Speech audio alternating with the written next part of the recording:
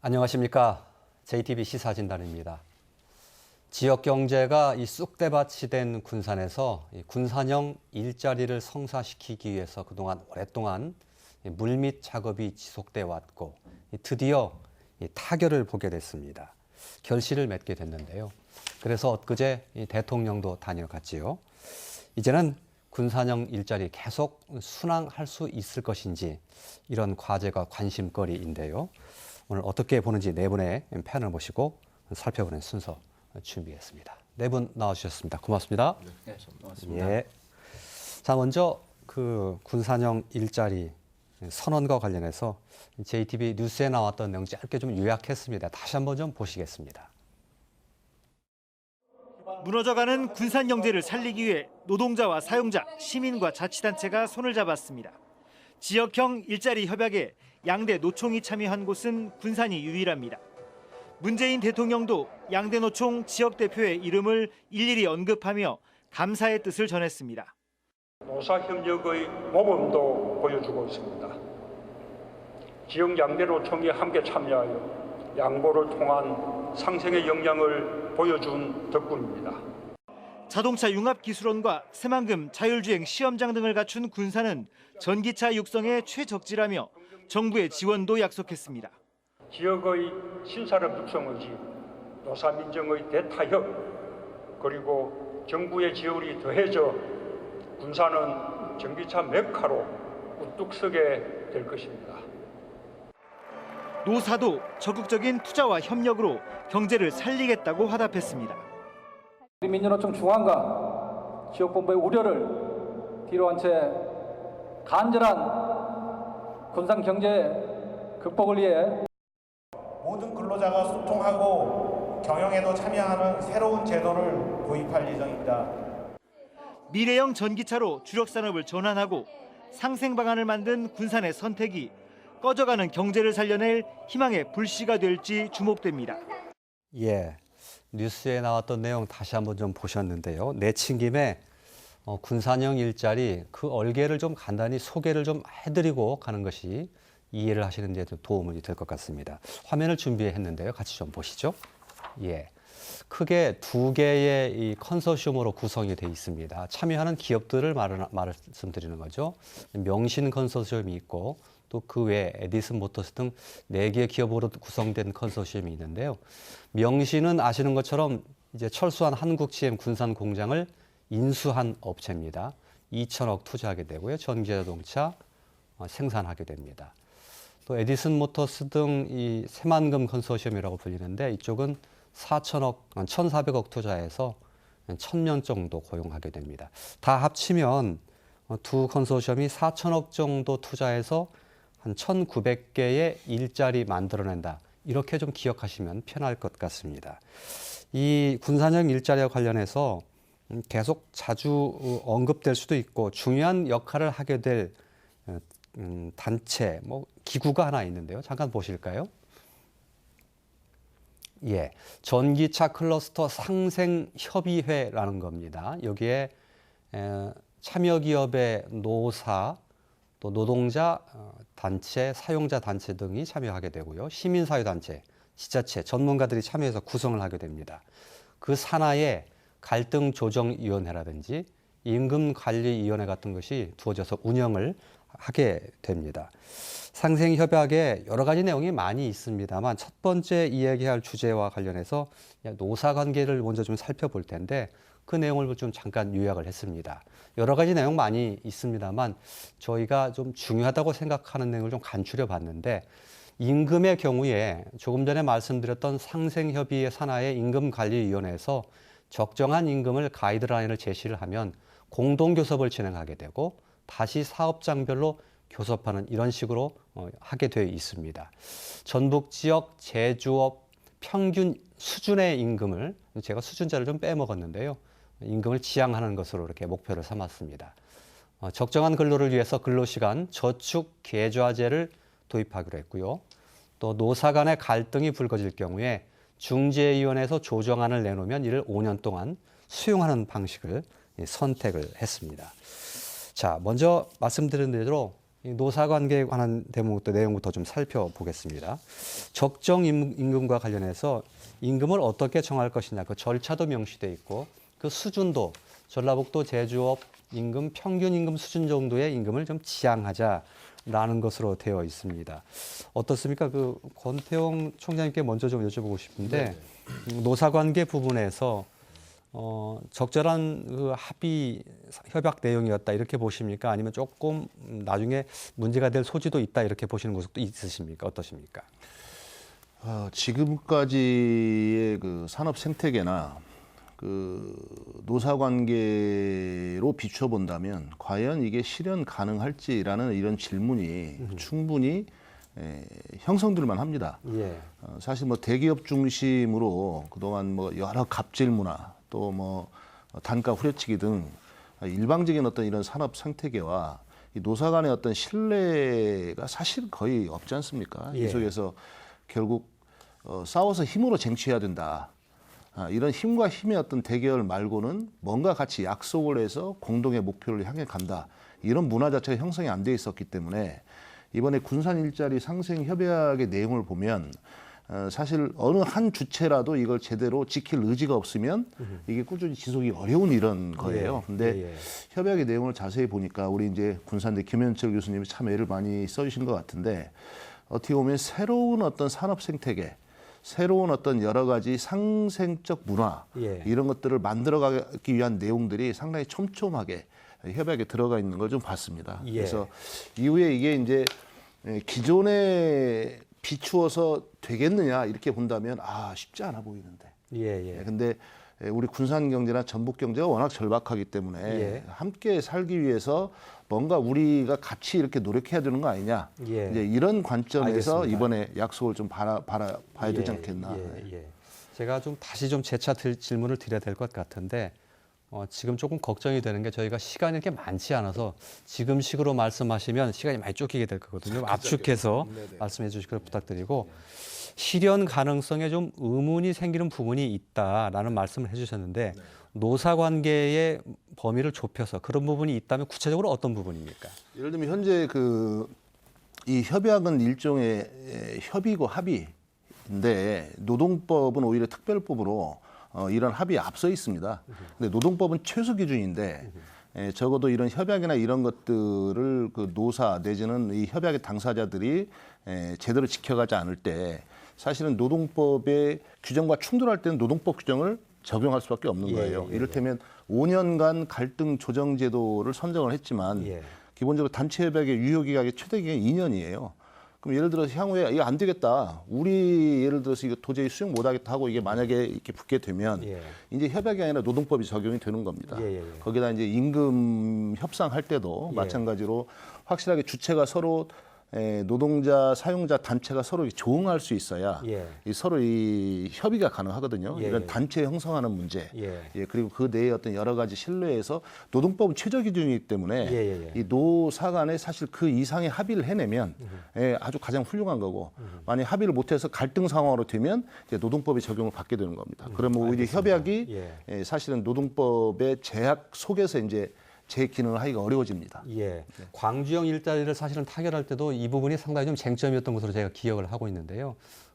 이게 상생협약안 내용하고 노동법하고 나중에 현실적으로 보면 충돌할 우려가 있는 거 아니냐라는 문제 제기이신 것 같은데 어떻게 보십니까? 김현철 교수님.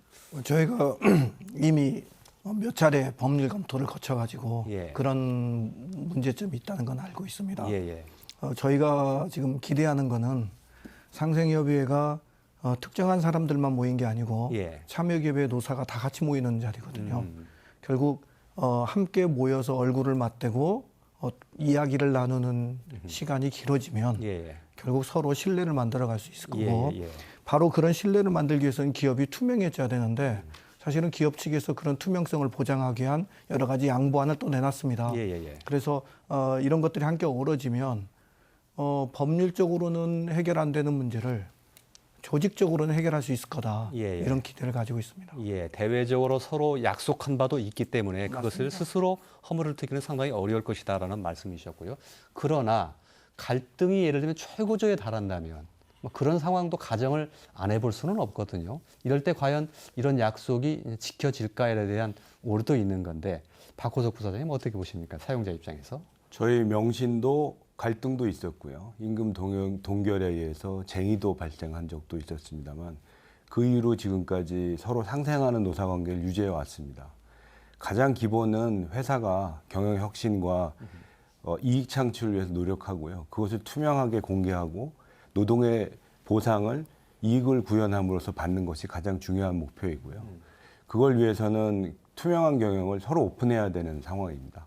그래서 저희가 과감히 말씀드릴 수 있었던 부분들도 흔쾌히 수락할 수 있었던 부분도 예. 경영이사제, 노동이사제를 통해서 예. 저희 경영 상황을 투명하게 공개하는 부분이 예. 가장 기본이라 생각이 듭니다. 예, 신뢰를 바탕으로 가겠다라는 말씀으로 이해를 하겠습니다. 임금 부분과 관련해서요. 지금 전라북도 제조업 평균 수준의 임금을 지향한다 이렇게 돼 있는데 그 자료에 보니까 300인 이상의 경우에는 전라북도 지역의 제조업 평균 임금이 한 370만 원인 것으로 돼 있습니다. 30에서 92인 경우는 290만 원 정도. 명신의 경우에는 이 정도 수준을 충분히 감당할 만합니까? 저희의 지금 평균 연봉이 한 5,500만 원 수준 정도 됩니다. 예. 평균이고요. 초임 기준은 한 3,700만 원에 시작하고 다만 문제는 20년, 30년 장기 근속을 해도 올라가는 폭이 크질 않아요. 그게 6천원에서 7천만 원 사이대, 6천만 원대의 연봉인데 그 이유는 노동의 질 자체가 그렇게 향상되지 않고 있는 부분이 가장 큰 이유입니다. 동일 노동 가치가 동일 임금이라는 틀에서 이면을 바라보면 같은 일을 20년 계속 한다고 해서 무슨 가치가 더 올라가겠느냐가 임금에 반영되어 있는 상황이거든요. 그래서 저희가 회사에서 할 수 있는 것은 공정을 개선하고 좀 더 직무 환경을 넓히고 순환보직을 할 수 있고 자신의 가치가 올라가면서 근속 연수에 의해서 임금이 올라가는 구조를 지향하고 있고요. 저희는요. 그래서 이제 회사가 투자를 하는 부분들은 뭐 자동 이송 장치 AGV 같은 컨베이어뿐만이 아니라 사람들이 모두 모여서 여러 가지 직종을 같이 해낼 수 있는 그런 과정으로 공정을 바꾸는 일을 하고 있습니다. 그래서 그런 부분에 의해서 지속적인 임금 상승이 갈 수 있는 터를 마련하는 것도 회사가 할 수 있는 큰 역할이라 생각합니다. 명신의 경우는 굳이 이제 구분하자면 중견 기업으로 좀 분류할 수 있고 기업의 규모를 그 외에 에디슨이라든지 뭐 대창이라든가 이런 부분은 이런 기업은 명신보다는 조금 규모가 작은 기업들인데 이런 기업들은 사실 그 전북 제조업 평균 수준의 임금 부분에 대해서 상당히 부담을 가지는 듯한 목소리를 호소한 걸 제가 들었거든요. 그 부분은 어떻게 봐야 될까요? 충분히 그런 우려 부분이 나올 수 있다고 봅니다. 그리고 지금 명신하고 나머지 4개 그 제조업체 부분, 이제 완성차, 에디슨, 대창, MPS, 그다음에 코스텍 이런 부분은 그 전라북도 제조업 평균 수준 임금을 일정 부분 부담스러워하고 있는 것도 사실인데 결국은 이런 합의 과정을 통해서 이 수준의 임금을 평균 수준의 임금을 지향을 하되 각 사업장별로 고용 규모별로 사업장별 그 협상 과정을 거치기 때문에 그 협약 과정에 다 합의를 한 사항이고 그 부분은 앞으로 지속적으로 노력을 해야 될 부분이라고 봅니다.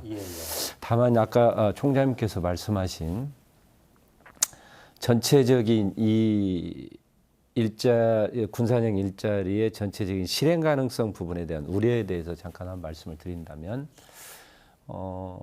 이게 아직 한 번도 안 해본 것인데 그리고 지금까지 어떤 문화가 전체적으로 강하게 부딪힐 노사 그리고 각자의 이익들이 그리고 그 회사의 이익들이 각자가 부딪힐 수밖에 없는데 이런 부분을 어떻게 조율하고 헤쳐나갈 것이냐 하는 부분이 솔직히 말해서 앞으로의 중요한 해결 과제이고 우리에게 던져진 숙제라고 생각을 합니다. 그러나 무엇보다도 전체적으로 이 부분을 합의를 했고 일단 그리고 노력하는 과정이 있다. 그리고 이런 과정을 통해서 우리 이 전체적인 문화가 한 단계 더 나아갈 수 있는 과정이 될 수 있을 것이고 이런 시도가 어떤 작지만 앞으로 나아가는 진일보하는 계기가 될 것이라고 보고 있고요.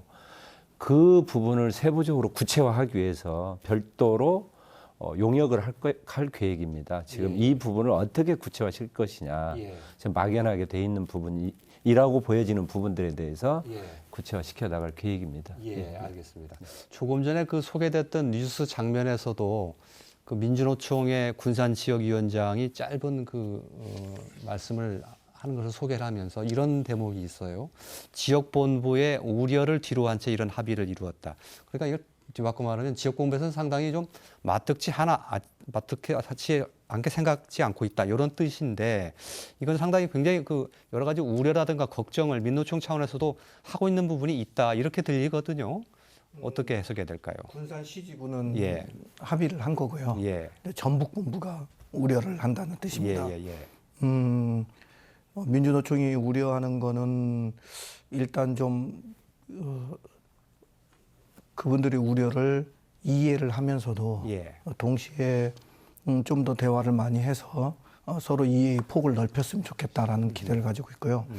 민주노총이 우려하는 것들이 사실은 처음부터 저도 다 우려했던 거고, 그래서 그런 것들을 피하기 위한 장치들을 우리 협약 안에 굉장히 많이 집어넣습니다. 그래서 예를 들면 기존의 임단협 결과는 수용하는 걸로 되어 있고요.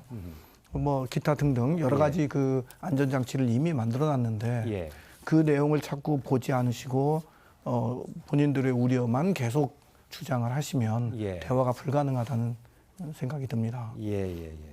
알겠습니다. 특히 임금 같은 경우에 아까 이제 우리 말씀하셨던 그 중소기업들은 어떻게 하느냐라는 말씀을 하셨는데 상생협의회가 임금 가이드라인을 줄 때 임금 인상률을 하나의 값으로 주는 게 아닙니다. 일정한 범위로 줄 거고요. 그래서 능력이 안 되는 기업들은 낮은 임금 인상률을 채택할 수 있고 능력이 되는 기업들은 높은 인상률을 채택할 수 있는 범위를 제시하는 거고요. 그래서 그거를 각자 2단계의 그 임단협을 통해서 결정을 해갈 수 있는 여지를 열어놨습니다. 뿐만 아니라 명신처럼 잘하는 기업들은 스스로 잘해 나갈 건데 아까 말씀하신 그 중소기업들은 아직 역량이 안 되기 때문에 그건 이제 우리 지역사회가 상생협의회를 중심으로 어떻게든 도와줘가지고 그 기업들이 정상적으로 큰 기업이 되게 만들어줌으로써 그런 임금 문제를 분식해 나가도록 해주는 것이 우리의 역할 아닌가 이렇게 생각합니다. 제가 한 말씀 드리면 그 전라북도에서 용역을 하신다고 그랬는데 조금 좀 깊이 살펴보셔야 된다 이런 생각이 들어요. 아까 이제 명신 컨소시엄하고 새만금 컨소시엄이 있었는데 제가 조금 쭉 확인을 해보니까 예를 들어서 뭐 어디라고 얘기는 안 하겠습니다만은 새만금 컨소시엄에 참여하고 있는 어떤 기업의 경우에 지금 굉장히 심각한 사실은 이 충돌을 일으키고 있는 상황이에요. 그 회사에서. 근데 향후에 사실 그런 부분들을 여기 내려와서 정말 이 협약을 존중하는 태도로 이 법보다 훨씬 더 신뢰 있는 협약에 근거해서 서로 앞으로를 같이 상상했다. 이런 태도 변화가 없으면 아마 또 여러 가지 위기 요소가 또 보이겠다라는 구체적인 확인들을 좀 하고 있어서 여튼 많이 노력할 숙제입니다. 사실은. 그런 우려가 근거 없는 것도 아니고요. 알겠습니다. 총장님 말씀에 동의합니다. 동의하고 그런 이제 이런 협약이 이루어진 정신에 기초해서 이 부분을 어떻게 안착시키고 지속 가능성을 확보하느냐 이 부분이 앞으로 더 중요한 문제라고 생각을 합니다. 그 부분을 보다 좀 정교하게 그리고 또 어떤 실제 상황별로 이게 적용이 가능한 부분들을 어떻게 미리 예측할 수 있겠느냐 하는 부분들을 조금 더 이렇게 구체화시키고자 하는 어떤 컨설팅 작업을 진행할 계획입니다. 지금까지 말씀한 기조 하에서 계속 얘기되는 것이 상생협약이라는 결과를 이뤄내기는 했는데 이게 앞으로 조심스럽게 노를 저어가야 되는, 조심스럽게 항행을 해야 되는 이런 측면이 분명히 있는 것 같거든요. 자칫하면 뭐 분쟁이 발생한다든지 삼생협약이 금이 간다든지 이런 부분이 충분히 위험성은 있을 수 있다라는 부분이 내재되어 있다는 것은 다 공감을 하고 가시는 것으로 이해를 하겠습니다. 조심스럽게라는 표현보다는 서로 같이 살기 위한 새로운 도전이다. 상대방을 서로 이해하고 존중하는 새로운 도전이다. 이런 관점에서 예전에 해왔던 것 좀 다 좀 불식하고 이 협약의 내용을 보면 굉장히 양이 많아요. 저는 협약의 내용이 굉장히 양이 많다는 것 자체에 대해서 긍정적으로 봤습니다. 왜냐하면 이걸 준비하기 위해서 굉장히 세부적인 내용까지를 고심하는 흔적들을 그 구석구석 좀 봤거든요. 그러면 원래 우리 믿지 앞으로 잘 가보게 이게 사실 제일 위험한 거고요. 구체적으로 이렇게 쭉 해서 어떤 때는 어떻게 하자 이런 장치를 잘 만들어 놓고 그 장치의 의미를 서로 잘 이해하고 이게 새로운 도전이기 때문에 예전 방식 말고 앞으로 우리가 새로운 뭔가를 좀 만들어내보자. 이게 뭐 어떻게 보면 이 기업도 살고 우리 노동자를 살고 군산 전북 경제도 사는 길이다. 이런 절박감을 서로 잘 공유하는 게 좋겠다 이런 생각입니다. 그런 내용을 뭐 명시적으로 문서상에 잘 담는 것도 중요하지만 그런 상생의 역사를 켜켜이 쌓아가는 그런 경험도 상당히 소중하지 않을까 싶은 생각을 가장 중요한 부분 같습니다. 그러니까 낙관적으로 생각을 하는 것은 절대 아닙니다만 그렇다고 해서 어렵다고 이걸 해보지도 않을 거냐. 무엇보다도 지역에서 군산 지역에서 그리고 전라북도 지역에서 어제 그 민주노총 군산시 지부장님께서 말씀하신 바와 같이 여러 우려들이 있을 수 있겠지만 군산 지역의 어떤 절박한 마음을 담고 이 자리에 섰다 하는 그 부분이 모든 것을 함축적으로 말할 수 있지 않겠느냐. 그래서 그 정신에 기초해서 이렇게 최대한 상생의 의미를 찾아 나가는 것이 무엇보다 중요하지 않을까 이렇게 생각을 하고 있습니다. 노사관계와 관련해서 좀 언급되지 않았던 거 좀 잠깐만 말씀드리겠습니다.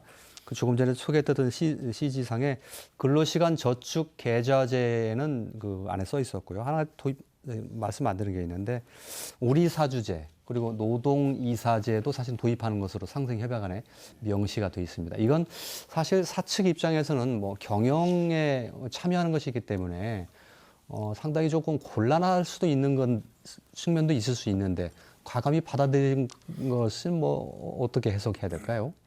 뭐 과감히 받아들였다기보다 원초적으로 저희도 제안을 하는 상태였으니까요. 그렇습니까? 그 어떠한 노사 간의 갈등이 원인이 분명히 있습니다. 원인을 해결하지 못하면 결국은 파국으로 가는 부분들이거든요. 회사는 문을 닫는다든가 쓸 수 있는 몇 가지의 권리들이 제약적으로 있습니다만 상생의 큰 의미는 처음부터 다 드러내고 알게 해야 되는 부분들이고요. 하다못해 저희가 이제 지난주에 체육대회를 했는데 저희 노조 지회장은 이런 얘기를 합니다. 그때 저희가 삼겹살을 준비했어요. 지금 이렇게 삼겹살 먹을 때입니까? 더 일을 해야죠. 이런 정도의 상생인 구조가 저희는 되어 있거든요. 이런 부분에서 회사의 경영을 같이 공개하는 부분 꺼릴 낌은 없습니다. 같이 일을 해서 같이 벌어야 같이 나눌 수 있는 보상이라는 생각을 하고 있기 때문에요. 그런 부분 적극적으로 저희도 협의했던 부분들이고요. 그다음에 뭐 노동 시간이나 이런 부분들은 회사에서 또 할 일이 또 따로 있습니다. 근로자가 필요하지 않은 공정을 개발하고 이런 부분으로 가야 결국 궁극적인 상생이 될 부분들은 저희가 따로 준비들을 하고 있으니까요. 그런 부분에서는 서로 아주 공평하게 다 드러내고 얘기 나눌 수 있는 게 진정한 노사의 상생이라고 저희는 판단하고 있습니다. 우리 사주제나 노동이사제의 경우는 지금 다른 지역 일자리 모델에서는 전혀 나오지 않았던 최초인가요? 아니면 다른 지역에도 있었습니까? 그 정부에서 거론은 많이 했지만 합의에 도달한 건 저희가 처음입니다. 처음입니까? 그런 점에서는 상당히 의미가 있는 거고요. 그렇습니다. 그런 점에 비춰보면 노동조합, 노동자 단체에서도 또 사용자에서도 적당히 양보할 것은 이제 양보를 서로 균형 있게 했다. 이렇게 큰 틀에서는 봐도 무방할까요? 어떻게 보십니까? 이제 우리 명신 부사장님 말씀하셨지만 이익을 적절하게 배분하고 그 적절한 거에 대해서 서로 공정하다고 느껴야 그게 오래 함께 가는 겁니다. 그 관계가. 근데 지금까지는 그래오지 못했던 거예요. 왜냐하면 기업의 그 투명 경영이라는 부분이 하려면 어쨌든 일정의 이익을 공정하게 배분하겠다라는 자신감 또는 어떤 그런 생각을 바탕으로 하게 되면 굉장히 쉬운 일인데 조금이라도 내가 더 많이 가져가겠다. 그러면 투명하게 공개하기가 어려운 거죠. 사실 이 두 태도의 격차가 옛날과 미래 이를 대변하는 태도의 시작이라고 봅니다. 그런 면에서 이제 우리 사주제나 노동이사제에 오히려 적극적으로 우리 금방 부사님 말씀하신 것처럼 아니 오히려 더 우리가 더 해야 될 일인데 만약 이렇게 하신다면 아마 충분히 새로운 문화 형성이 가능할 거다 이렇게 보여집니다. 우리 사주제는 하는 기업들이 좀 있지만 전 세계적으로 노동이사제는 노동자 단체들이 계속 요구하는 거고 그게 실제로 실현된 케이스는 거의 없습니다. 그런 점에서 굉장히 획기적인 전환이라고 볼 수 있습니다. 알겠습니다. 참고적으로 간단히 팩트만 여쭤보면 한 분 정도가 이사로 참여를 하게 되는 겁니까? 알겠습니다. 근데 이제 일단 한 분이 참여하더라도 그 이사위의 모든 정보가 공개된다는 그렇겠죠. 거죠. 이게 굉장히 중요합니다. 알겠습니다. 군산형 일자리의 중요한 특징 중에 하나가 또 이제 원청과 하청과의 상생의 노력을 기울이려고 노력했다는 부분입니다. 간단한 내용 저희가 또 요약을 해봤는데요. 잠깐 화면으로 좀 보시죠. 기업들이 적정한 임금을 근로자들에게 지급할 수 있도록 적정한 납품 단가를 보장한다. 이런 내용이 명시가 돼 있고요. 납품 단가가 인하가 될 경우에 그 인하로 인한 이익을 원청과 하청이 절반씩 이익을 공유를 한다. 이런 내용이 핵심적으로 좀 포함이 돼 있습니다. 김현철 교수님께 좀 여쭙죠. 원하청 관계가 이제 그동안 우리 기업의 문화를 보면 수직적인 관계 아니었습니까? 근데 원청은 우월적지위에 있고 뭐 갑을 관계처럼 말이죠. 그렇습니다. 이걸 수평적인 것으로 바꾸겠다라는 것을 크게 지향점으로 두셨는데 이게 어떤 그 가치와 중요성이 있길래 그렇게 하셨는지요? 이제 수평적인 관계를 갖는다는 것은 기본적으로 원청 기업들이 수직 계열화해가지고 하청 기업들에게 그 책임을 전가시키는 이런 것들을 좀 막아보자, 줄여보자라는데 중요한 목적이 있고요. 두 번째는 전기차 산업이라는 건 아직도 벤처 산업입니다. 벤처 산업에서 중요한 거는 그 원청 기업의 역할도 매우 중요하지만 그 원청 기업들이 필요로 하는 부품을 원활하게 납품할 수 있는 부품 기업도 매우 중요합니다. 그런데 원청 기업의 벤처 산업의 경우에 원청의 발주 물량이 제한적이기 때문에 부품 업체들이 그 제한된 물량 하나만을 위해서 개발을 하기는 굉장히 어렵습니다. 그래서 여러 개 원청 업체에 모두 다 납품할 수 있는 구조. 이거를 포괄적으로 지금 수평적 계열화라고 우리가 이야기를 하게 되는데요. 이 두 가지 문제를 동시에 해결해 보자라는 게 저 속에 담긴 뜻입니다. 알겠습니다. 김현철 교수님 말씀하신 중에 제가 잠깐 좀 시청자 여러분들께 말씀드리면 요 상생협약을 만들기 위해서 굉장히 실무 분야에서 김현철 교수님 많이 노력을 하셨는데 이거 끝나고 나서 갑자기 건강 상태가 안 좋아져서 목소리가 조금 좋지 않다는 점을, 정상이 아니라는 점을 말씀을 드리겠습니다. 그 박호석 부사님께 여쭙겠습니다. 기업은 흔히 뭐 이익을 극대화하려는 그런 속성을 사실 지니고 있는 게 뭐 사실 아닙니까? 그런 현실 속에서 이렇게 이익을 서로 나눠 갖고 이렇게 한다는 게 과연 이것도 현실적으로 가능한 것이냐, 현실화될 것이냐, 조금 사실 의문부가 붙기도 하는데요. 회사 내에서 이익을 나누는 방법은 투명하게 진행을 해서 보상에 대한 부분 넓혀가면 될 것 같고요. 원하청 관계라고 하면 저희도 1차 협력사였고 그렇죠. 1차 협력사이기 때문에 그 구조를 너무나 잘 알고 있습니다. 지금 예를 들어서 현대자동차 같은 경우에는 100만 대를 하던 회사가 700만 대까지 가기 위해서 엄청난 탄력과 집중력이 필요했기 때문에 어떤 회사들 다 계열화하면서 진행을 했습니다. 빨리빨리 만들어야 되니까요. 그러다 보니까 자연스럽게 꾸려진 피라미드의 구조를 갖고 있는데요. 이건 이제 옛날식의 방법이고 전기차의 시대는 그 경쟁자들이 오히려 더 많습니다. 뭐 전기, 전자에서 다 오고요. 그 수직 계열화 구조에서는 이룰 수 없는 영역들이 더 많아서 자연적으로 수평 구조화 될 텐데 원하청 관계에서 이익은 이렇게 되어 있습니다. 자동차 부품사들은 가격을 단가를 낼 때 이미 CR이라고 하는 코스트 리덕션을 하기 위한 가격을 가지고 있어요, 내부적으로. 그럼 3년 후면 내가 5% 정도 이익이 날 것이다 하는 걸 이 납품 시에 이미 협의를 하게 되어 있습니다. 그 부분을 가져갈 거냐 아니면 너의 이익으로 가져가라 할 거냐 하는 건 이제 원청의 의미이긴 한데요. 그런 부분에 지금까지는 대부분 이익을 구현했으니 CR을 했으니 그걸 다오라는 정도의 구현이었고요.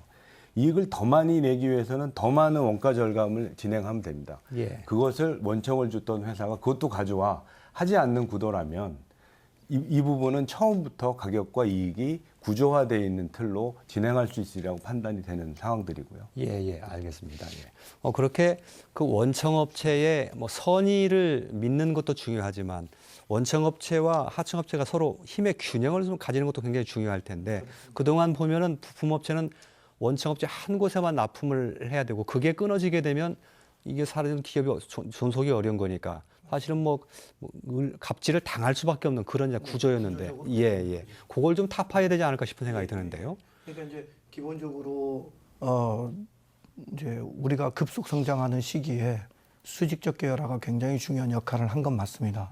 그런데 그게 오늘날에 와서 문제를 일으키니까 이제 다시 좀 수평적 계열화로 가자 하는데 마침 전기차 산업이라고 하는 거에 그 특성상 수평적 계열화가 굉장히 용이한 구조로 돼 있으니까 그렇게 만들어 보자. 그렇게 되면 원청 기업의 갑질을 어느 정도 완화시켜 갈 수 있게 되는 거죠. 알겠습니다.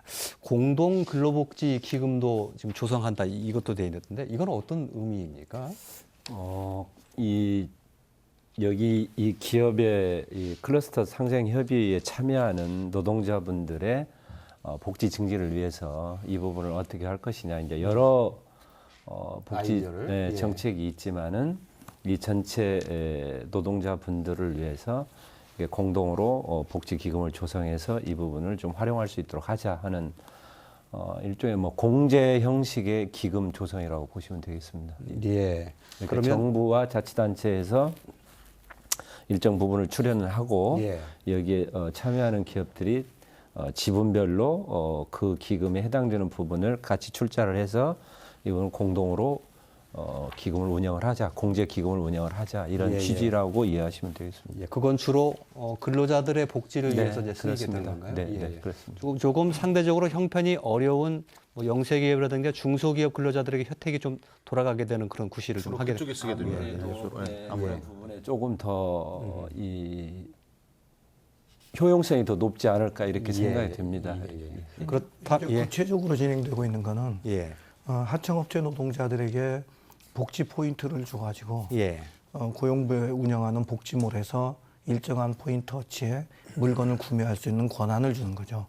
그렇게 함으로써 실질 소득을 지원해주는 그런 방식이 현재 마련되고 있습니다. 알겠습니다.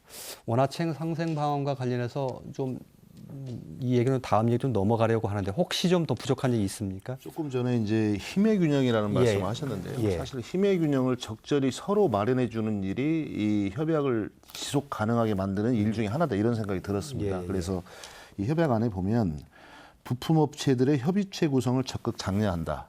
근데 이게 다 따로따로 돼 있으면 결국 뒷담화하게 돼 있고 이 뒷담화가 감당할 수 없으면 사실 싸우게 되고 이게 경쟁이 깨지게 되는 거거든요. 이제 그런 면에서 아까 이제 말씀드린 그 사업자의 그런 어떤 조직, 그 노동자의 어떤 조직 이런 것들로 제대로 좀 구성이 돼야 되고요. 부품 협력업체들의 협의체도 잘 구성이 돼서 이런 이슈들이 사실은 다 반영이 될 수 있는 이러한 통로를 다 잘 마련하는 게 굉장히 중요할 거다. 용역에서도 좀 그런 내용들이 좀 잘 들어갔으면 좋겠습니다. 총장님 말씀에 동의합니다. 동의하고 이게 클러스터 상생 협의가 실질적으로 이 군산형 일자리에 어떤 이렇게 중요한 핵심적인 역할을 하게 될 것으로 이렇게 생각이 됩니다. 생각이 드는데 그 부분들이 어떤 그 노동자, 그러니까 노 측과 사 측의 부분도 중요하지만 아까 말씀하신 각각의 회사별의 입장이 다르다는 점이죠. 그러니까 명신이라는 중견기업과 에디슨 대창이라는 아직은 중소기업 수준의 입장이 서로 다르기 때문에 이 부분을 조율하는 부분도 아주 중요한 포인트가 되지 않을까 생각하고 있습니다. 알겠습니다. 제가 추가적으로 말씀드리면 수평 계열 구조의 또 하나의 이면은 하청 2차, 3차 회사도 역시 R&D의 비중은 올라갈 거라는 겁니다. 동일한 경쟁 관계를 통해서 진행하려면 오히려 한 모델을 생산하기 위해서 여러 회사가 경쟁하는 구조라고 할 수도 있거든요. 그럼 어느 제품을 쓸 것이냐는 그들의 실력과 R&D에 대한 투자 부분이 분명히 반영이 될 거거든요. 그런 부분의 투자도 돼야 되는데 작은 회사들의 과연 R&D 투자가 용이할까 하는 부분은 좀 우려스럽고요. 저희가 그래서 그런 부분들을 정부에 요청한 부분이 R&D 사업 기반을 만들어서 같이 만든 것으로 상생 구조를 처음부터 진행해 나가자 하는 주로 제안드린 내용들입니다. 정부에서 좀 공적 자금이 투하돼서 지원돼야 될 부분이 바로 그런 부분이 아닌가 싶은데요. 이미 그 명신의 이 R&D 공동센터 그 부분이 실질적으로 명신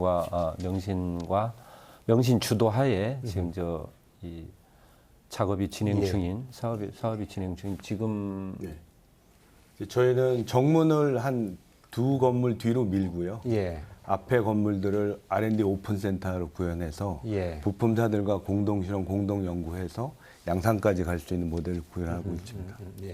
그러니까 여기에 그 명신을 주축으로 해서 R&D 공동센터를 만든다는 게 핵심 계획이고요. 거기에 중소기업들 그리고 혹은 하청업체들이 와서 여기에서 다양한 R&D 실험을 해본다는 그런 사업입니다. 알겠습니다. 예전에 GM이 지금 한 번에 문 닫고 가버렸잖아요. 그 시설은 GM 내에서는 제일 최신인데 아무 연구 기능이 없는 단순 생산 기능이다 보니까 경기가 어려워지니까 먼저 닫아버리는 거예요. 근데 현재 이 협약이 성공하기 위해서는 특히 전기 자동차의 기술 발전이 굉장히 중요하지 않겠습니까? 근데 우리 사회에서는 기술 발전의 결과만 봐요. 근데 그 결과가 나올 때까지 수많은 실패가 뒷받침이 없으면 성공이 안 나오거든요. 그러니까 수많은 실패를 받침할 수 있는 사회적 기반이 형성돼야 되는데 그걸 다 알아서 하라고 그러니까 누가 그걸 감당을 하겠습니까? 그래서 특히 정부가 이런 그 R&D의 어떤 실패할 수 있는 어떤 생태계, 그래야 성공이 가능하다. 이 부분에 특히 지원이 필요하다 생각합니다. 알겠습니다. 다음 부분에 지속 가능성에 대해서 좀 잠깐 짚어보려고 하는데 제가 마음이 좀 바빠졌습니다. 시간이 자꾸 다가오고 있어서요. 그동안 이게 그 군산의 경우에 군산형 일자리의 특징이 다른 지역에 비해서 광주는 뭐 현대자동차, 뭐 구미는 LG화학, 큰 대기업 중심으로 이루어졌다면 전라북도의 군산에 들어서는 군산형 일자리는 중견기업, 중소기업 중심이란 말이죠. 일반 대중의 정서로 볼 때 대기업은 좀 안정적이고 중견기업이나 중소기업은 좀 불안하지 않느냐. 그래서 좀 안정성이 없느냐. 이렇게 생각을 가질 수 있는데 어떻게 말씀하시겠습니까, 김 교수님? 일견 이제 타당한 말씀이기도 합니다. 그러나 우리가 이미 현대중공업이나 GM 사태에서 겪었듯이 대기업들이 본사라든가 연구 기능이 없는 생산 공장만 지었을 때는 언제든지 시장 변화에 따라서 금방 떠날 수 있다는 걸 내포하고 있는 거거든요. 그러나 이제 우리가 지금 명신이라든가 다른 기업들처럼 본사 기능 자체가 이쪽으로 이전해 오는 거거든요. 이 기업들은 여기서 뿌리를 내리고 살아가야만 하는 거기 때문에 쉽게 문을 닫고 떠날 수 없는, 다시 말하자면 정말로 회사가 망해가지고 문을 닫고 떠나는 게 아니라면 이유 없이 그냥 시장 변화만 가지고 쉽게 떠나지 않을 거라는 거죠. 그러니까 결국 대기업이 가지고 있는 그 안정적인 특징을 우리가 이 중소기업들한테 또는 중견기업들한테 심어주기만 하면 되는 거거든요. 그게 이제 지역사회의 역할이어야 된다고 보는 겁니다. 그저께 24일 날 도사민정 군산형 일자리 대타협식을 하면서 협약의 주체가 22개 기관 단체였습니다. 그러니까 4개 완성차 업체, 그다음에 코스텍이라는 부품 업체를 포함해서 정부, 전라북도, 군산시, 새만금 모든 기관들이 여기에 직접적으로 참여했고 또 한국노총, 민주노총이 이렇게 또 같이 참여를 했는데 그만큼 많은 협약 주체들이 있기 때문에 가장 큰 군산형 일자리의 특색이고 강점이고 차이점이기도 하지만 또 한편으로는 그런 지금 말씀하시는 우려가 있는 것도 사실입니다. 광주형 일자리처럼 현대자동차 그다음에 딱 하나, 그 구미 LG화학 딱 하나 이런 식으로 해서 어떤 튼튼한 이 기반이 마련되었다고 볼 수 있겠지만 우리는 조금 다소 이렇게 좀 중소 중견 기업들이 스크럼을 하는 부분이기 때문에 그런 우려가 있는 부분이 사실입니다. 그런데 그 부분을 오히려 강점으로 승화시킬 수 있는 그런 어떤 지역 사회의 지혜, 협동, 노력 이런 부분이 절실히 필요하다. 기업 입장에서 하실 말씀도 많으실 것 같아요. 그 부분과 관련해서는. 뭐 그 부분은 난점도 꽤 많고요. 저희는 기본적인 회사의 비전은 군산의 모빌리티 시티처럼 만들겠다. 예를 들면 뭐 미국엔 실리콘밸리가 있고 군산은 스마트 모빌리티 시티를 만들겠다가 저희의 이제 비전인데요. 그러려면 이제 R&D 토착화 이런 부분은 상당히 중요한 요인입니다. 거의 메인인 상황이고요. 다만 문제는 그런 인력을 수급하기에 지역적 원거리감과 그런 인력을 수급하기 위한 과정들이 그렇게 녹록하지는 않는 상황이고요. 현대자동차 예를 들어도 울산에서 남양으로 간 이유가 있고 남양에 있는 연구소에는 무려 13,000명이나 근무를 하고 있습니다. 그래야 이제 메카 같은 구실을 할 수 있는 건데요. 저희도 군산의 이런 인력 양성의 부분들도 부단히 계속 노력을 할 거고요. 그래서 군산대와도 지금 많은 협약을 통해서 링크 사업이나 이런 부분 진행하고 있는 상황이고 초기에는 어쩔 수 없이 전문가들을 해외이건 수도권에 다 영입해오는 과정에 있는 거고요. 중간에 연구진들을 키우고 그다음에 신입사원들을 받아서 그걸 상생할 수 있고 오래 갈 수 있는 그런 연구소를 만드는 것도 큰 과제입니다. 알겠습니다. 그게 이제 저희가 또 한 가지 이 사업의 이름에 클러스터란 단어를 붙인 이유가 지금 협약을 맺은 기업들만 가지고 가겠다는 게 아니고요. 적어도 우리나라에서 나아가서 전 세계에서 전기차와 관련된 사업을 하고 싶은 기업들이 이곳에 모일 수 있는 인프라를 만들겠다는 거거든요. 그걸 만들게 되면 아마 대기업 한두 개가 오는 것보다 훨씬 더 큰 사업 규모가 만들어질 거라고 봅니다. 하나 조금 글쎄요, 좀 자극적인 질문이 될지는 모르겠습니다만 특히 뭐 노동자 단체 같은 곳에서 이 먹튀에 대한 그 우려를 상당히 표명하는 곳이 많았어요. 현대중공업도 지금 문 닫고 이제 갔는데 그 전에 뭐 전라북도에 온다니까 박수 많이 치고 보조금도 상당히 많이 주었거든요. 근데 그때 어려워지니까 등 돌리고 다 가버렸는데 이제 오는 기업들 앞으로 이제 보조금 지급하게 될 텐데 그렇게 되는 것 아니냐 이런 우려에 대해서 어떻게 말씀하시겠습니까? 그 먹튀 문제에 대해서는 아까 김현철 교수님께서 말씀하신 것처럼 현대중공업 군산조선소는 하나의 그 분공장입니다. 그러니까 분소라는 개념이죠. 그런데 명신공장은 여기가 본사가 되기 때문에 여기에서 실질적으로 이루어지는 부분이고 그 다음에 그 새만금 컨소시엄도 각자 그 공장들을 여기서 본사로 이전하는 부분이기 때문에 그 어떤 분소의 개념, 대기업의 분소 이런 개념과는 좀 다르다. 그리고 다르고 또 하나 주목할 점은 여기에서 4개의 완성차 기업 그리고 노사들이 다 여기서 합의를 해서 여기서 협약식을 이루어진 상황이고 여기서 토착화하지 않고 여기서 먹튀를 한다면은 결코 기업으로서의 생존력은 없지 않겠느냐 이렇게 보고 그 지역사회에 안착하기 위한 노력을 지속적으로 해나가야 될. 권총장님 어떻게 보십니까? 이렇게 정리하시면 좋을 것 같아요. 그러니까 이제 꼬리 잘라도 안 죽는다 하고 간 거고요. 여기 오는 사람들은 사실은 머리를 잘라야 되거든요. 그래서 아마 쉽게 먹튀하기 어려운 구조다. 구조적으로.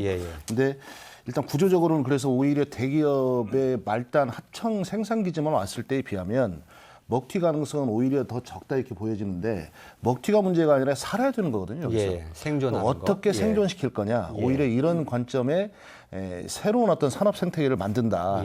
이렇게 생각하고 한번 우리가 전체적으로 그림을 만들어가는 어떻게 보면 이게 여러 가지 의미가 있는 게 중소기업과 중견기업들이 그 산업 생태계의 주축이 되는 이러한 새로운 어떤 실험이기도 하고요. 또 향후에 보면 대기업은 어떤 기술 개발이나 변화에 아무래도 둔감해요. 근데 이런 중소기업이나 중견기업들, 벤처 업체들이 사실은 이 기술 개발에서 훨씬 더 치고 나갈 수 있거든요. 그런 맥락에서 여러 가지 산업 변화나 4차 산업혁명의 어떤 기술 변화에 훨씬 더 대응력이 높은 예. 그리고 여기에 어쨌든 목을 걸고 올 수밖에 없는 그래서 먹기보다는 예. 오히려 살릴 가능성이 높다. 예, 예. 이런 관점에서 한번 적극적으로 도전해봐야 된다 이렇게 생각합니다. 예. 시간이 조금 남았는데요. 이번 군사적 일자리 상생 협약식 하면서 신문들이 헤드라인 뽑은 것 중에 가장 많은 게 그거더군요. 전기자동차의 메카로 만들겠다. 예, 그 지점을 한번 짚어봐야 될 것 같은데 군산이 확실히 다른 지역에 비해서 유리한 강점, 정말 전기자동차의 어떤 그 메카가 될 만한 그런 특성을 가지고 있습니까? 이제 전기자동차의 자동차라고 하는 거는 파워트레인하고 차체라고 하는 그 크게 두 파트로 이루어져 있는데요. 전기 자동차에는 기존의 파워트레인을 쓰지 않고 전기 모터와 배터리를 쓰는 거고, 그러나 차체는 똑같이 필요합니다. 그래서 전기 자동차로 전환하는 데 있어서 우선 군산은 과거의 GM의 하청업체들이 전부 다 차체 업체들이거든요. 그래서 차체에 유리한 구조를 여전히 가지고 있다. 예. 그럼 여기에 모터와 배터리라고 하는 거를 이제 심으면 되는 건데, 예. 모터와 배터리라고 하는 거는 그 내연기관차의 엔진이나 트랜스미션과 달리 일단 원거리 조달이 용이한 부품들이고요. 그래서 처음 시작할 때는 그런 부품들을 동원해서 할 수 있겠지만, 지금 이제 계속 우리가 논의하는 것처럼 이 지역을 클러스터로 만들기 위해서 계속 R&D 지원을 하면 부품업체들이 이제 핵심 부품들을 만들게 될 거고, 특히 이제 명신처럼 독자적인 개발 능력이 있는 회사들은 그걸 독자적으로 만들 거고요. 예. 이것들이 결합이 돼가지고 군산에서 전기차 메카가 되는 거거든요. 예. 적어도 국내 어디에도 전기차 메카가 될 수 있는 여건을 갖춘 곳은 없습니다. 예. 그러면 우리가 이번 기회에 우리나라의 자동차 산업의 미래를 위해서도 군산이 전기차 메카가 되는 건 당연히 좋은 일이라고 보는 거죠. 예. 그런 구호를 외치는 것은 좋은데 지금 지역 간에도 전기자동차 시장을 선점하기 위해서 지역 간에도 사실 상당한 경쟁이 벌어져 있는 것으로 알고 있거든요. 그런 점에서 제가 말씀드리겠습니다. 우선적으로 지금 전기자동차 했지만 공식적으로 전기자동차 메카라고 공식적으로 정부에서도 그리고 대통령께서도 군산은 전기자동차 메카로 앞으로 탈바꿈할 것입니다라고 과거 우리 전라북도에서 산업사회 과정에서 늘 분공장, 분소 이런 형태로만 했었죠. 어떤 전체적인 이슈, 미래의 어떤 이슈를 선점한 것은 아주 고무적인 입장이다. 전기자동차 메카로서의 군산을 이렇게 이슈를 선점해 나간다는 것은 굉장히 중요한 어떤 뭐라고 그럴까, 우선권이라고 그럴까, 그런 걸 확보해 나가고 계획이 그런 이슈를 선점했다고 보고요. 거기에 명신이나 에디슨이나 대창 이런 기업들이 와서 여기서 자리를 잡고 해나간다면 자연스럽게 여기가 전기자동차 메카로 설정이 될 것이다. 거기에 새만금 신항망 공항, 거기에 자동차 융합기술원, 그다음에 전자부품연구원, 그다음에 탄소 소재가 어떤 자동차 전체의 차체 이 무게를 낮추는 역할을 하기 때문에 이런 탄소산업과의 연계 이런 부분들이 복합적으로 이루어진다면 전기자동차 메카로서의 미래 가능성은 충분히 열려 있다 이렇게 보고 있습니다. 예, 박고석 부사장님, 권태용 총장님께 그 부분과 관련해서 혹시 하실 말씀 있으면 한 번씩 기회 드리면서 정리를 해야 될 것 같습니다. 저희는 어떤 형언이나 수사로 얘기할 필요는 없을 것 같고요. 좀 더 현실적으로 얘기하면 저희가 군산공장에 들어온 이유는 기업도 마찬가지 아니겠습니까? 지금부터 시작하면 빠릅니다. 이미 공장이 있고요. 거길 개조해서 쓰면 되고 부품 회사들이 여건이 충실하고 이런 상태에서 들어올 수 있는 가장 큰 조건이었다고 오히려 역설적으로 말씀드릴 수 있고요. 광주나 아니면 다른 초소형 전기차 하는 쪽은 광주 이제 땅이에요. 공장 짓고 뭐 하려면 2년, 3년 걸리면 이제 저희가 흔히 얘기하는 그리드 패러티라는 게 다가옵니다. 전기차의 시대가 이미 시장이 먼저 올 때 뒤늦은 감이 있을 것 같고요. 저희 아까 원하청 얘기도 하셨지만 저희의 하청업체가 오히려 대기업입니다. 지금은. 배터리를 써야 되고 헤드라이트를 써야 되고 뭐 모비스도 들어가야 되는 관계인데 자, 전기차는 차체뿐만 아니라 저희가 개발하지 않았던 아이템들이 있어요. 모터, 배터리, 통신, 커넥션 이런 것들이요. 그런 부분이 융합할 수 있는 건 지역의 문제는 아니고요. 그 기반이 있었느냐 없었느냐가 더 중요한 관점이었습니다. 저희. 예, 예. 군산은 저희가 군산이 GM이 떠나기 전부터 저기를 전용 공장으로 만들어야 된다는 생각을 해왔었기 때문에 저는 국내에서는 감히 최적지라고 얘기할 수 있다고 말씀드릴 수 있습니다. 예. 권태욱 총장님, 예. 아까 2030년 얘기하셨는데 지금 뭐 재생에너지 앞으로 100% 안 쓰면 뭐 유럽은 수출도 못 한다는 거 아닙니까? 현재 그 새만금이 큰 저희한테는 이제 기회 앞으로일 수도 있고 결국 어떻게 하면 이러한 어떤 미래 산업의 생태계를 현재의 위기를 계기로 만들어낼 수 있을 거냐 이런 건데 저는 그런 여건과 가능성은 충분하다. 다른 지역에 비해서도. 그리고 두 번째로는 우리 전라북도 군산을 비롯해 군산, 익산, 전주 우리 전라북도 전체가 너무 절박해요. 예. 이걸 만들어내야 될 이유가 너무 절박한 거예요. 예. 그런 의미에서 여러 숙제들을 훨씬 다른 데보다 더 절박하게 할 수 있는 어떤 마음의 준비 이런 것들이 지금 돼 있는 거 아니냐. 예. 이제 그런 차원에서 여러 가지 객관적인 상황, 우리 어떤 절박성 이 두 가지가 잘 정원이 된다면 예. 충분히 어떤 메카로서의 어떤 전략적이 될 수 있다. 또 그렇게 가야 된다 이런 생각을 합니다. 예, 예, 예. 전제하고 예, 예. 제가 한 가지 더 말씀 좀 드려야겠는데 짧게 좀 부탁드립니다. 예. 지금 여기에 유치되는 중소기업들은 독자적으로 소위 BMS라고 하는 기술을 다 가지고 있는 회사들입니다. 국내에 이동체에 대해서 BMS 기술을 가지고 있는 회사가 많지 않습니다. 그래서 이 기업들이 여기에 들어오게 되면 전기자동차 메카가 될 수 있는 중요한 또 출발이 되기도 합니다. 예, 예. 알겠습니다. 군산형 일자리 이제 타결되고 그 가능성과 또 그리고 위험성 등등 여러 가지 측면에서 좀 짚어봤는데요. 미처 못다 하신 말씀 분명히 있으실 것 같아서 시간을 많이는 못 드릴 것 같고 한 분당 한 30초 어렵지만 좀 정리를 해서 말씀해 주시면 좋겠습니다. 나석훈 국장님께 먼저 들어볼까요? 예. 군산형 일자리는 대기업이 떠난 자리에 예. 중소 중견기업들이 모여서 또 그보다 더 큰 가치를 부여한다라고 볼 수 있고요. 전국 최초로 노사가 함께 만들어가는 그런 일자리이기 때문에 반드시 이 성공을 위해서 최선을 다할 계획입니다. 예, 권태영 총장님. 예.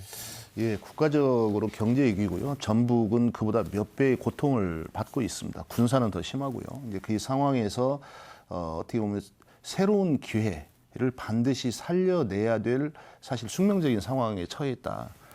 그래서 선택이 아니라 반드시 이 협약을 성공시키고 어떤 새로운 어떤 산업 생태계를 군산에서부터 만들어서 전북 경제나 어떤 국가 경제의 어떤 그런 좋은 어떤 계기가 됐으면 좋겠다 이런 절박한 생각입니다. 예. 박호석 부사장님. 예, 저희는 소문과는 전혀 다른 순수 국내 자본으로 진행하고 있습니다. 외투 기업도 아니고요. 그리고 저희가 어떤 대기업의 하청 공장으로 전락할 거 아니냐 그렇지 않습니다. 저희의 사실상의 거의 모든 자산을 다 집중하고 있는 부분이 바로 군산이고요. 예. 저희도 군산에서 성공하지 못하면 저희도 먹튀가 아니라 먹삽니다. 그냥 예. 죽습니다. 예. 최선을 다해서 노력하고요. 많은 분들의 같은 도움도 저희가 절실히 요청드리는 바입니다. 예, 알겠습니다. 혹시 나중에 기회가 되면 명신이라는 회사에 초점을 맞춰서 한번 얘기를 하고 싶은 기회를 한번 마련하고 싶은데 그때 한번 좀 기회를 가졌으면 좋겠습니다. 예, 예. 김현철 교수님. 예. 제가 이 일을 시작할 때 중앙의 한 언론사로부터 인터뷰 요청을 받았는데 그때 질문이 이 일 성공할 것 같습니까? 라는 질문이었습니다. 그때 제가 대답하기를 성공할 수 있느냐가 아니고 성공시켜야만 하는 일입니다라고 답변을 했었는데 오늘 여기까지 왔습니다. 도민 여러분들께서 도와주셔서 군산의 전기자동차 클러스터 꼭 성공시킬 수 있게 해주십시오. 예, 알겠습니다. 뭔가 그 타결이 됐다 하면 이제 끝이라는 생각을 하게 되는데 오늘 네 분의 말씀 들어보니까 이게 끝이 아니고 이제부터 시작이라는 그런 생각을 좀 가게 되는군요. 여러 가지 신뢰를 쌓아가야 되고 또 지혜와 경험을 쌓아야 되는 그런 기회가 되기를 바라겠습니다. 자, 오늘 순서는 이렇게 마치죠. 고맙습니다.